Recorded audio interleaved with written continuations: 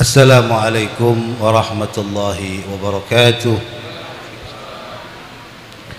Bismillah walhamdulillah wassalatu wassalamu ala rasulillah Sayyidina wa maulana Muhammad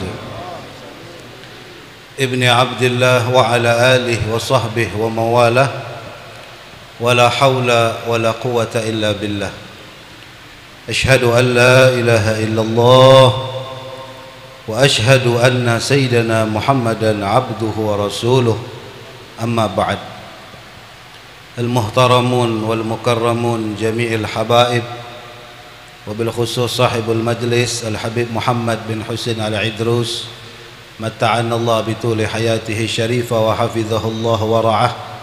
Al-Habib Ali bin Muhammad Al-Habshi Al-Ustadz Munzir wabil khusus Al-Habib Umar Bahashim, Al-Habib Ja'far bin Syekh Abi Bakar bin Salim, para habaib, para ustadz, para kiai, tokoh masyarakat, aparat pemerintah, jamaah majelis yang dimuliakan oleh Allah Subhanahu wa taala. Alhamdulillah kita dikumpulkan oleh Allah di majelis Rasulullah sallallahu alaihi wasallam, satu majelis yang namanya sudah menggetarkan hati kita. Kita setiap malam Selasa duduk di majelisnya Nabi Muhammad, insyaallah dipastikan dengan niat yang banyak, niat yang baik, semuanya akan duduk di majelisnya Nabi Muhammad di dalam surganya Allah fil firdausil a'la. Amin ya rabbal. Bapak Ibu yang dimuliakan oleh Allah Subhanahu wa taala, dikatakan law salaku tariqan ghaira tariqika ya Muhammad ma wasalu, in dakhalu baban ghaira babika ya Muhammad ma dakhalu. Allah menyatakan dengan tegas, apabila umatmu berjalan tidak melewati jalanmu, maka tidak akan pernah sampai kepada tujuan mereka, yaitu Allah. Apabila mereka mengetuk pintu tetapi tidak melewati pintunya Nabi Muhammad, demi Allah mereka tidak akan pernah masuk ke dalam pintunya Allah Subhanahu wa taala. Kehidupan kita tergantung kedekatan kita dengan Nabi Muhammad. Kita semua sudah mengetahui, semua dari umat Nabi Allah Adam sampai akhir zaman, satu-satunya yang memberikan pertolongan kita yaitu Nabi Muhammad. Dari Nabi Allah Adam berkata kepada Nabi Allah Nuh, pergilah kepada Nabi Allah Ibrahim, pergilah kepada Nabi Allah Musa, pergilah kepada Nabi Allah Isa. Kenapa mereka para anbiya memerintahkan untuk pergi ke nabi yang lainnya? Kok tidak ada satupun di antara mereka mengatakan pergilah kepada Allah, mintalah kepada Allah? Tapi mereka mengatakan minta kepada Nuh, minta kepada Ibrahim, minta kepada Musa dan Isa. Ini menunjukkan tawassul, wasilah, bermediator itu penting dalam kehidupan kita. Karena yang menolong kita orang-orang yang punya keistimewaan di hadapan Allah Subhanahu wa taala. Sehingga di akhir Nabi Allah Isa alaihi salam beliau mengatakan idhabu ila Muhammad, pergilah kalian kepada Nabi Muhammad. Nabi Isa juga tidak mengatakan pergilah mintalah kepada Allah, karena memang hari itu yang kita butuhkan Allah, tapi lewat siapa? Ketika seluruh umat berbondong-bondong pergi kepada Nabi Muhammad, Nabi Muhammad tidak mengatakan sebagaimana para anbiya berkata nafsi-nafsi, tapi Nabi Muhammad mengatakan analaha, analaha, saya yang tolong, saya yang bawa kalian kepada Allah. Maka mulai hidup di dunia ini kita mencari jalan supaya dekat dengan Nabi Muhammad. Karena yang nolong kita Nabi Muhammad.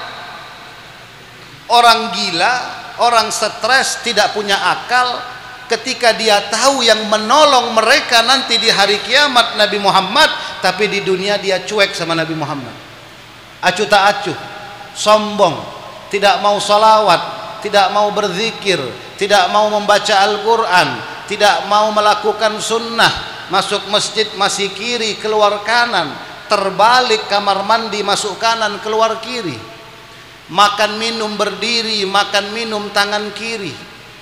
Dia tahu yang tolong mereka Nabi Muhammad, tapi mereka di dunia tidak pernah sedikit pun bergetar hati mereka. Bahkan mohon maaf, mungkin saya pribadi juga seperti itu, belum pernah menangis mengeluarkan satu tetes karena rindu dengan Nabi Muhammad.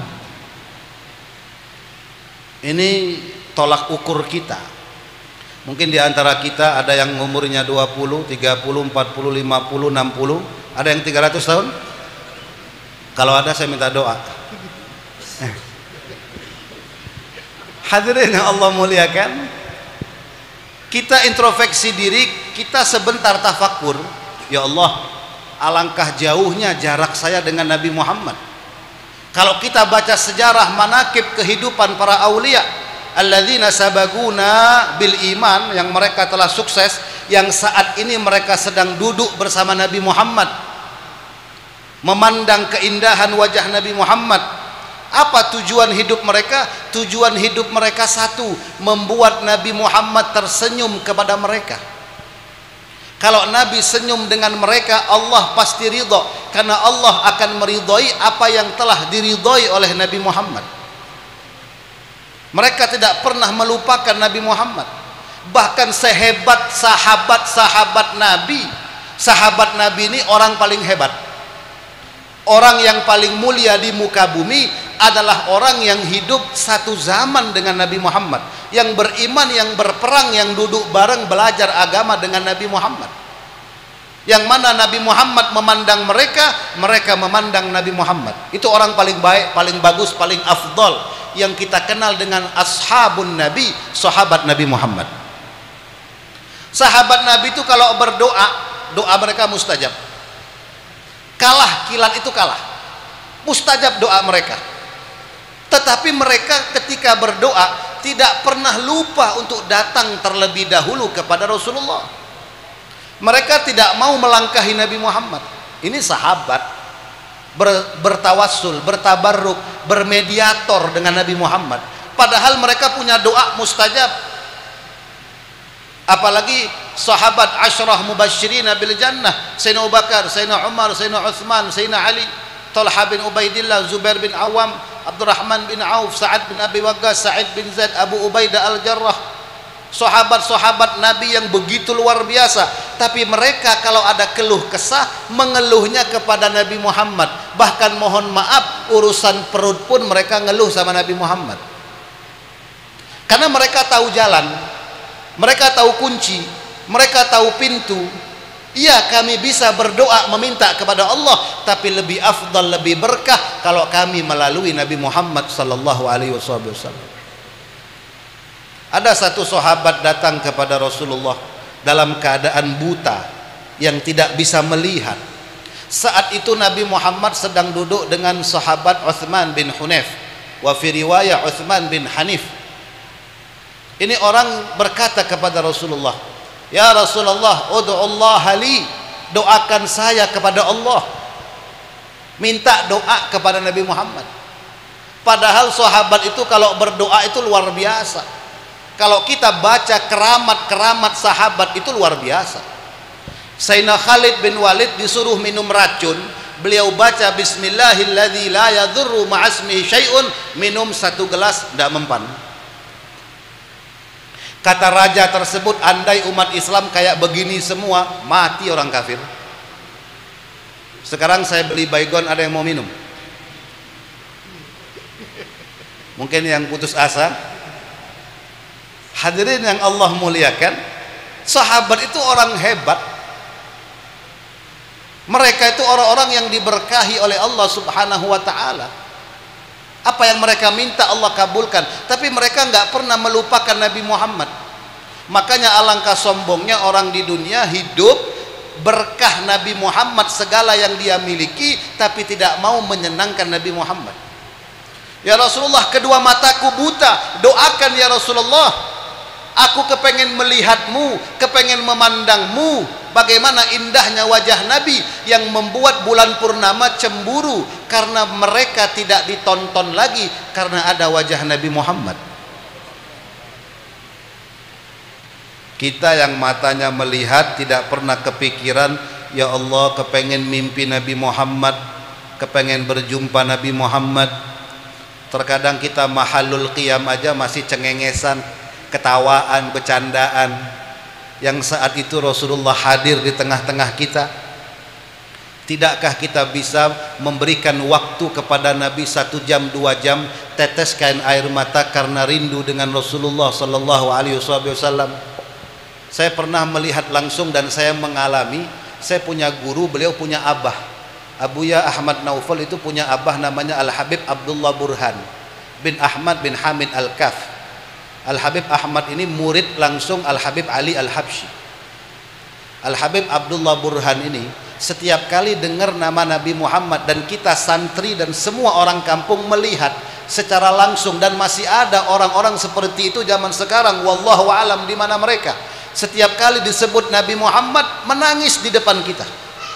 Ente bilang 10 kali nama Nabi Muhammad, 10 kali dia nangis. Spontan.